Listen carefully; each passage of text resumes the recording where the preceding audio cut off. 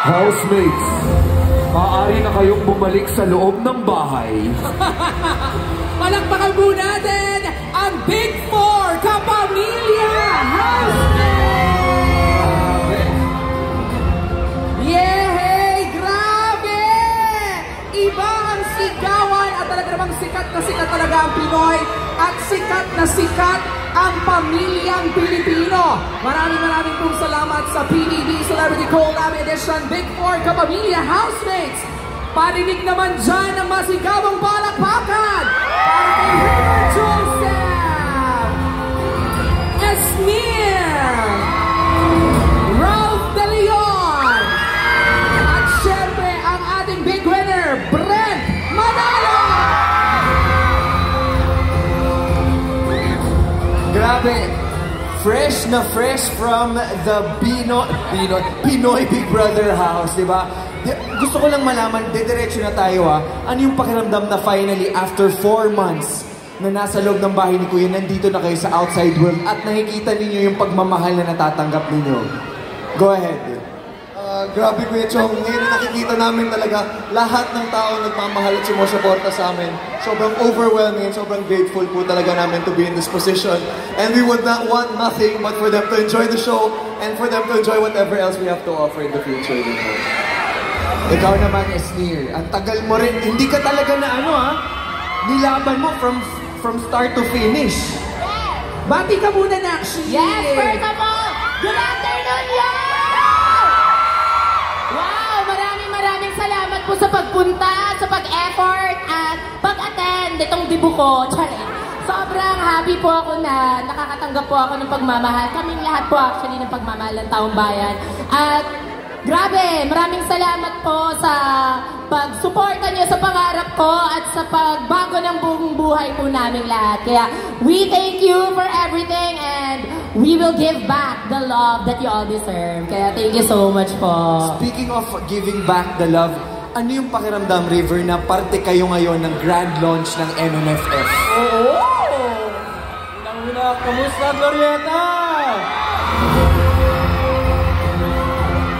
Siyempre, it's an honor to be part of this year's MMFF. MMFF is something I really look forward to every Christmas. Kaya here to be in the launch, grabe ang saya and super grateful. At sana, isang araw maging part tayo ng MMFF. Mangyayari yan. Brent, bati ka naman!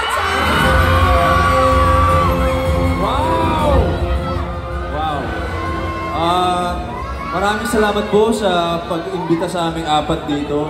Ako po, nakasanayan po talaga namin na pagpaskong Pilipino kasama yung MMFF. Kaya we're really looking forward to the 51st MMFF this year po. Yeah. O, eto tanong namin ni Enchong sa inyo nanonood ba kayo ng mga MMFF movies? At kung meron kayong isang favorite, ano to? Ikaw muna, River. Ako, yung favorite ko last year was Green Bones. Sobrang nagustuhan ko yung Green Bones.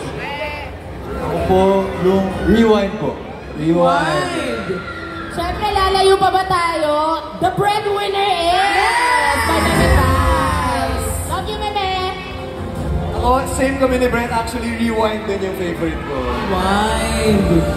Parte sila ng 1.2 billion earnings ng success ng pelikulang Rewind. Diba? In fairness naman. Pero tama yun Ako, as early as now, gusto ko i-manifest sa inyong apat na one day, you will be part of the Metro Manila Film Festival roster of films. True, bilang mga aktor, Enchong, di ba? Oo naman. Bilang mga artista ng mga naglalakihang pelikulang ito. Gusto niyo ba silang mapanood sa mga MMFF movies?